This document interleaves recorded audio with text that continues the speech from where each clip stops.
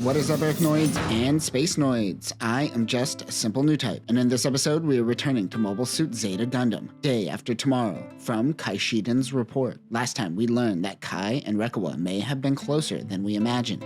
Well, Tochika told Kai that her purpose in the Grip's conflict was simply to lift Amado's spirits. Kai escaped from the clutches of Gates Kappa, but Gates allowed him to leave as he didn't want to involve civilians, not knowing that he's kind of a spy, and Kai visited Frau and the kids. This time, Karaba begins working with Zeon remnants on Earth. Char refuses to lead the AEUG, and Kai tries to protect Namikar and fails. So let's get into this. New Hong Kong is being attacked. This is happening during the Psycho Gundam incident. Some Titans are ordered to find Namikar, who is being held up in a penthouse. Kai happens to be with Namikar. She says this is kidnapping and the military will be after her, but Kai knows she isn't directly working with the Titans. She's with Murasame Labs. The Titans will be after her. He asks about cyber Newtypes and she gives no comment, but Kai says it's because her cyber Newtypes tend to have their little freakouts. Namikar puts the blame on Wooder and says that he is the one responsible for the Psycho Gundam. The Titans are already hated in New Hong Kong as they are Spacenoid leaning. So why attack knowing it would make things worse? Kai realizes they're going to do what they do best and throw Murasame Labs under the bus and make it seem like they had little involvement. The reality is that Murasame Labs is barely able to stay afloat as a company, helping out Buren Blutark and Oakland Labs kept their business afloat. She then tells Kai about 4. I like how Namikar says, "I'm not telling you nothing," and then proceeds to tell him everything. That's gonna happen a lot in this manga. Kai tells her that the attack on Jaburo was all a ploy to lure in the AEUG, and it looks like they're doing that to Namikar and Murasame Labs. Kai mentions that he is keeping her safe under orders from Stephanie Luo if they're going through all this trouble. All Namikar's work was all a sham to begin with. They aren't going to let her talk. One of Stephanie's men calls him out. She isn't coming to this location. Stephanie says she is about to screw over Kai, but she doesn't think this will spoil their relationship, she hopes. Stephanie's men distracted Kai while the Hong Kong Secret Service took her. Stephanie needs to work with the Titans for now. Later, Kai sees Namikar in the news taking full responsibility for the incident. Kai wonders if he was wrong. It burdens him. Char is looking over Blex's body. He asks Lala what he should do. Kai is getting roughed up by the Titans. It seems he was a suspect for Blex's death, but they found the real culprit and he is free to go. Kai doesn't leave. He starts asking questions. He knows that the Titans killed Blex. They brought someone in, so it shouldn't matter to them. Kai understands the Titans' game at this point. They're just throwing one of their men under the bus. The interrogator gets real with him. He says that it is because he is famous. He and his one-year war buddies must be working with the AEUG somehow. But they got nothing to hold Kai for the moment, nor do they want that heat. They're talking to Char, who was closest to the scene. If they were to blame him for his death, they could force his hand to reveal to the world that he is Char Aznable. A man in glasses walks into the room. The man in glasses wishes for Kai to indulge him. He tells Kai that he sees this differently than Jamatov Hyman. He sees this as a conflict over resources. It also doesn't matter to him who wins the war. Both will lead to suppression of the other. He knows of Char Aznable, which means he knows of his family. Kai says he hasn't held a gun since the one-year war, but he would put a bullet in them right here and now for making ominous threats to Sayla. The original interrogator blurts out that they had another sacrifice other than Blex. That's new intel for Kai. They get real and tell him that they already killed the suspect of Blex's murder. The man with the glasses is very contrived and waxing philosophically, but ultimately he says to Kai that he should just be lucky that he is alive and they haven't killed him as well. Before he died, Blex said something that he wanted Quattro to do. Quattro seeks out Shinta and Kum, who are selling water by the river. Kai is trying to get more kills than Amado. He then looks down to see that he is crushing civilians. His gun cannon falls and kills an old lady. Kai wakes up.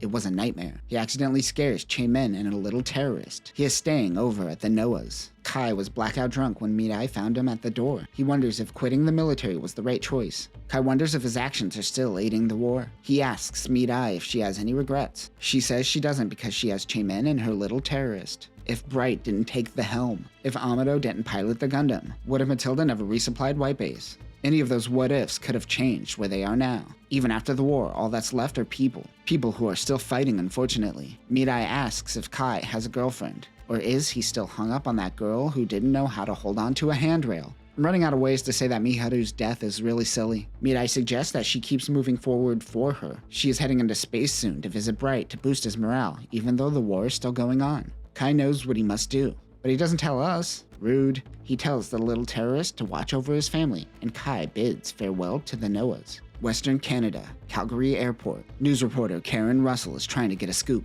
This is Beltorchica's old alias. Federation MPs give her some trouble when Aegis Aziba offers Beltorchica a ride. This is a scene that plays out in Zeta Gundam, but here we get a few extra nuggets of information. Aegis seemed to have married his way into the Titan's top brass. He has no shame in this and even admits that it solidifies his future in many ways. It also appeases his father.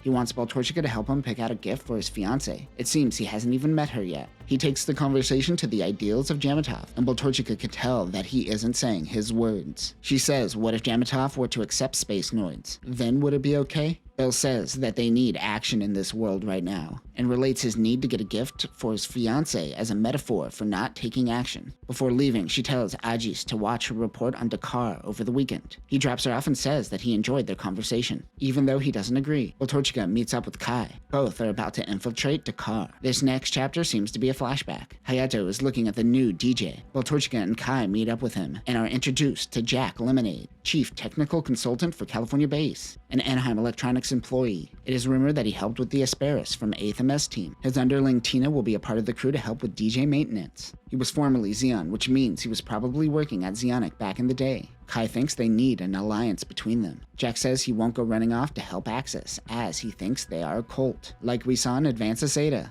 We are seeing former Zeon remnants draw lines in the sand. Many go to Axis, but some come to fight for Karaba. The DJ is built off of the data from Char's Rick Diaz. Effectively, this is a Zeon-influenced mobile suit that will be piloted by Amado. They did this on purpose as to not bring down the morale of the new Zeon remnants. They are uncertain of Amado's skills 7 years after the 1-year war. But now that he is involved, things are getting serious. Kai tells Hayato that there is a decision that he needs help with. Kai asks Amado what he thinks about the DJ. He then asks how he can easily accept fighting by Char's side after everything that went down during the 1-year war. It seems to Amado that he didn't find what he was looking for on Axis, and decided to return his attention towards the Earth sphere. And this skirts around the question. Amado asks what Kai thinks Char's angle is. He says he thinks he wants to run from this war, even though Blex wanted Char to become the leader. He hasn't accepted this position and won't until Dakar. He runs from responsibility by claiming to be a humble soldier, and we will see this even all the way up to Char's counterattack. Damn, Kai predicted Char would bail from the end of Zeta. They discuss the problem with mixing with Zeon, which we will see in the future. What happens after this is all over?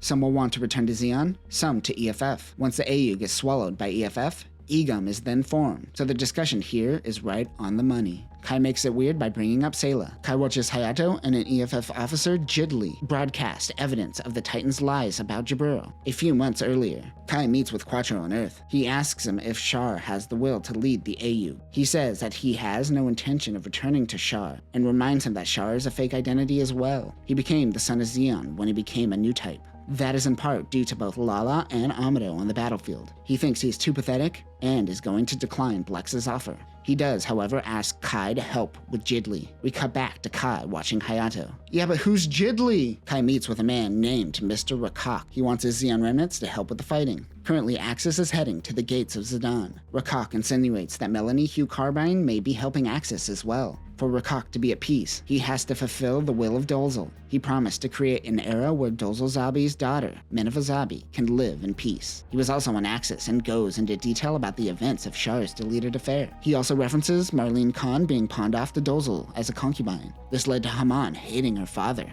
and ultimately led to her betraying him. He wishes Rakak good luck on his mission. Amado is amazed that Zeon had this many mobile suits. Many kept quiet up until the Delaz conflict. Kai is doing recon at Kilimanjaro. This plays out differently from what we saw in Zeta Define. While scraping intel, a girl pulls a gun on Kai. It happens to be Nanai. She is with Lauren Nakamoto. They're looking for a place to bail. Their goals of cyber Newtypes will never come true. That is when Gates Kappa walks in. He remembers Kai from the incident in New Guinea. Gates is helping cyber Newtypes and scientists escape. As the Titans move towards space, many of the Newtype labs were abandoned. One thing to note is that the attack on Kilimanjaro is before Dakar. Here, these events are reversed to show how Jamatov is willing to abandon their people. This is also before the events with Gates and Rosamia in the Bound Dock. Kai thinks that nothing has changed in these past few months, and people continue dying. This is after the Psycho Gundam did damage to Mount Kilimanjaro. Kai goes to meet with Sayla, but he is met with Claire, who once worked for the Daikuns. Sayla found and employed her again after the war. She explains the past and how Rosa Lucia, Daikun's real wife, took a lot of her anger out on Estrella, Daikun's concubine and baby mama. Hey, this acknowledges Gundam origin. The Battle of Grips 2 is currently taking place in space. Over the course of this war, Kai thinks that nothing has really changed. During the 1-year war, he never had time to reflect like he does now. He wonders, now that the AEUG is fighting side by side with the Zeon remnants, were they ever his enemy to begin with? Claire says that nothing is perfect in this world. These were Lady Estrella's words. However, Daikun is one that seeks perfection. Unlike Char, Sayla understood this concept of imperfection. Claire says that Char hadn't had any contact with Sayla, but she believes that Sayla and Char have a Newtype connection with one another. Claire takes Kai to a remote location on a beach where he finally meets with Sayla. And that will conclude Mobile Suit Zeta Gundam, Day After Tomorrow, from Kai Shiden's report. Writer and artist Kotobuki says that he wanted to show what was happening on Earth once the AEUG went back into space. This manga does give us insight into the workings of Karaba as well, which we really didn't see much in Zeta.